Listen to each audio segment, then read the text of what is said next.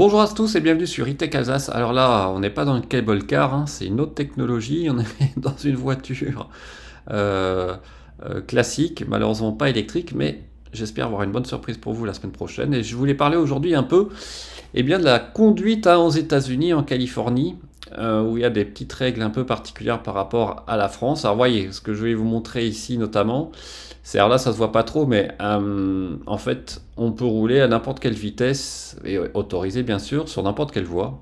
Donc ça c'est la grosse différence par rapport à la France. Alors là vous voyez par exemple ça va être un peu chaud, là il faut que j'aille sur la gauche, mais la voiture devant va sur la droite, puis va complètement vers la droite. Vous voyez, c'est un peu délicat, donc il faut vraiment faire attention.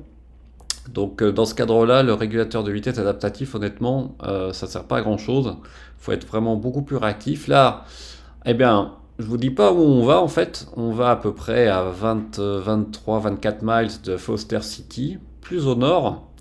Et donc là, je vais prendre un peu les autoroutes américaines qui sont souvent à 65 miles. Donc si je me trompe pas, ça fait un peu moins de 110 km/h. Alors bon, hein, le maintien dans la voie du Kia Sportage, hein, ça marche pas trop mal, mais il faut pas en demander trop, même sur l'autoroute, dès que ça tourne un peu trop fort, le système se désactive. Donc, mais bon, c'est quand même plutôt agréable. On peut quand même se reposer un peu entre guillemets et puis se concentrer sur la pédale accélérateur. Là, vous voyez par exemple, on voit que la voiture elle est un poil vers la gauche et j'ai remis un petit coup de volant, même si elle serait peut-être restée dans la voie, mais bon, ouais, on n'a pas du tout la sérénité qu'on a avec le maintien dans la voie de niveau 2 d'une Tesla ou même d'une Mercedes ou d'autres voitures. Là, je sors.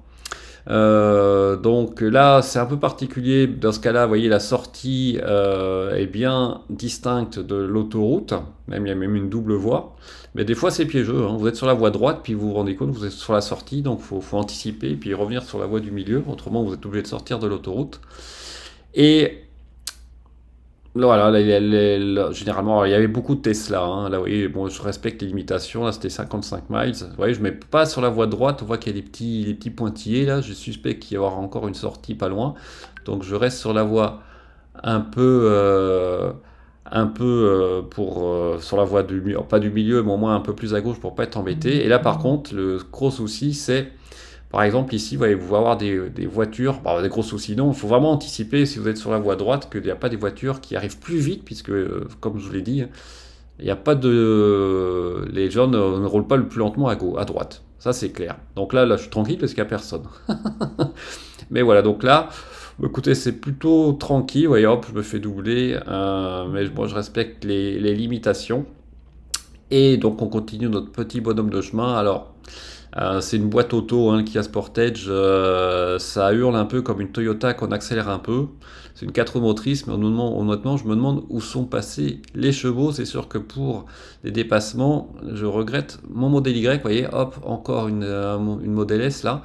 Et voilà, donc je sors et on va voir où je vais arriver. Alors évidemment, hein, c'est une des, enfin c'est pas vraiment une visite, mais j'étais obligé d'aller voir quand même ce haut temple de la technologie en Californie, à savoir la Silicon Valley. Alors bon, j'ai pas pu tenir le suspense jusqu'au bout, puisque vous allez voir où est-ce que on va arriver. Alors je m'attendais en fait à, en tout cas pour le premier centre campus qu'on va visiter, quelque chose de plus grand. Alors, vous voyez, là par exemple, là je peux tourner à droite malgré que ça soit rouge. Et là c'est particulier parce qu'il y a une flèche verte, mais dans la majorité des cas, vous n'avez pas cette flèche verte au feu rouge. Le feu est rouge. Mais vous pouvez quand même aller à droite.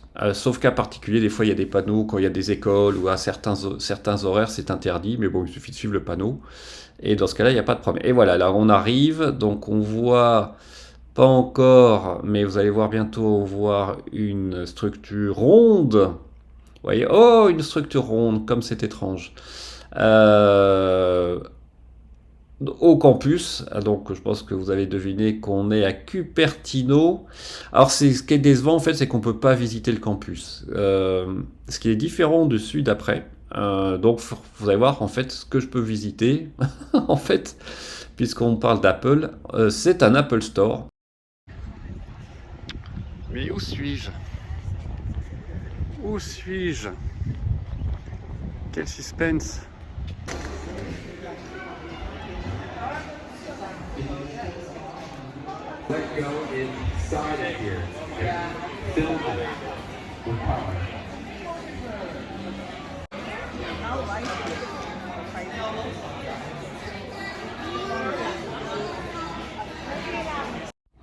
Voilà, alors évidemment, c'est pas la visite du siècle, mais bon, c'est quand même, par curiosité, intéressant de voir comment est le campus, même si on le voit pas. Là, voyez, on voit le fameux bâtiment qui a coûté je sais plus combien à construire, et vous verrez que c'est quand même beaucoup plus sexy que Meta, hein, que je vous montrerai à la fin. Mais bon, l'environnement est plutôt à ce que je m'attendais, hein. Alors évidemment, il y a toujours un temps assez exceptionnel. Il pleut, en tout cas, j'ai pas eu un jour de pluie. Il fait pas très chaud, mais tant mieux d'ailleurs, puisqu'il fait très chaud dans les autres parties des États-Unis. Mais bon, c'est sûr que le climat est plutôt sympathique pour ceux qui travaillent dans la Silicon Valley ou en Californie, près de San Francisco. Alors, le deuxième campus, c'est celui de Google qui est pas juste à côté, mais on va dire qu'il y a 10 minutes de route pour le rejoindre, qui est plus proche de la côte. Et là, le campus, bah, en fait, c'était dimanche, mais on peut quand même le visiter. Je n'étais pas le seul d'ailleurs, hein, à être dans le campus, entre guillemets. On peut pas aller dans les bâtiments, évidemment, mais plutôt sympathique, évidemment. Et beaucoup de bâtiments, alors les Building 40, 41, etc. Avec les fameuses couleurs de Google. Et puis voilà, vous avez aussi des espaces plutôt de jeux, comme ce terrain de beach volley. Voilà, donc sur le papier, ça a l'air ridicule. Après, y travailler, c'est sûrement différent. On va pas rentrer dans les considérations de gestion d'entreprise. On va dire que le marché économique là-bas est beaucoup plus réactif, si je puis dire, qu'en France. C'est-à-dire qu'on peut quitter un emploi très vite, on en trouve un autre très vite, mais voilà, cette situation peut évoluer très rapidement. Et on va finir par Meta. Alors ils sont quand même très discrets, hein. À part Google, on voit Google partout. Apple, j'ai pas vraiment vu un gros logo Apple quelque part. Et par Meta, alors là, j'ai quasiment rien vu. Et ça a l'air beaucoup moins engageant, en tout cas de l'extérieur. Il y a beaucoup de parking autour. Mais bon, voilà, écoutez, je voulais juste vous faire un petit retour, voilà, de la Silicon Valley. Alors maintenant, on va parler des côtés pratiques. Alors, beaucoup de véhicules électriques, notamment des Tesla, ont ces stickers sur les pare-chocs avant-arrière et Access OK California Clean Air Vehicle. Et je me demandais pourquoi. Et en fait, ce qu'il faut savoir, c'est que vous avez les ponts, hein, le fameux Golden Gate notamment, que sûrement vous voudrez prendre en voiture, et il y a des péages. Et ça s'appelle Fast Track, mais pas que au niveau des ponts. Vous avez aussi la voie de gauche, souvent dédiée à Fast Track pendant les heures de travail pendant la semaine.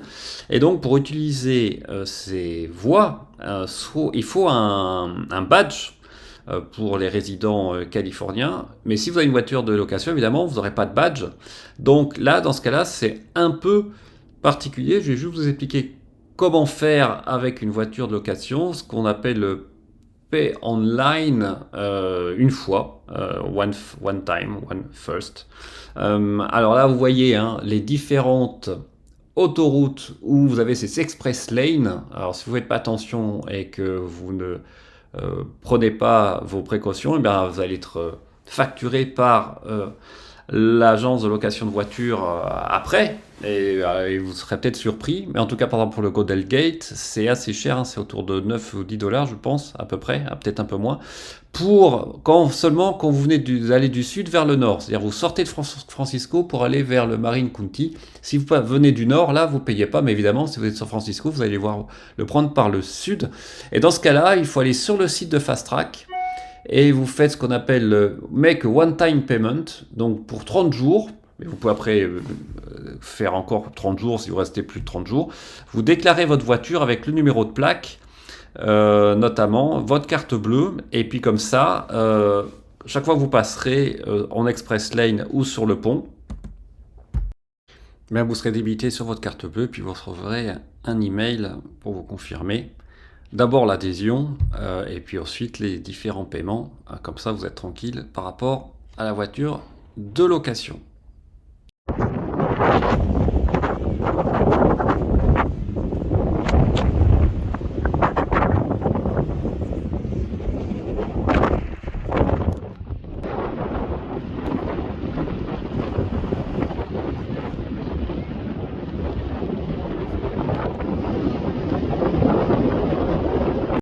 Voilà, bah écoutez, j'espère que cette petite vidéo un peu inhabituelle vous a plu. Si vous voulez que je vous fasse découvrir encore plus San Francisco, n'hésitez pas à me le dire. Et puis je croise les doigts pour avoir une grosse surprise le week-end prochain. Moi, je peux pas être sûr à 100% que ça va marcher, mais je croise les doigts pour avoir une Tesla très particulière pour samedi et dimanche prochain. Donc, qui vivra verra. Sur ce, je vous souhaite une très bonne semaine et on se dit à très bientôt sur E-Tech Alsace. Ciao!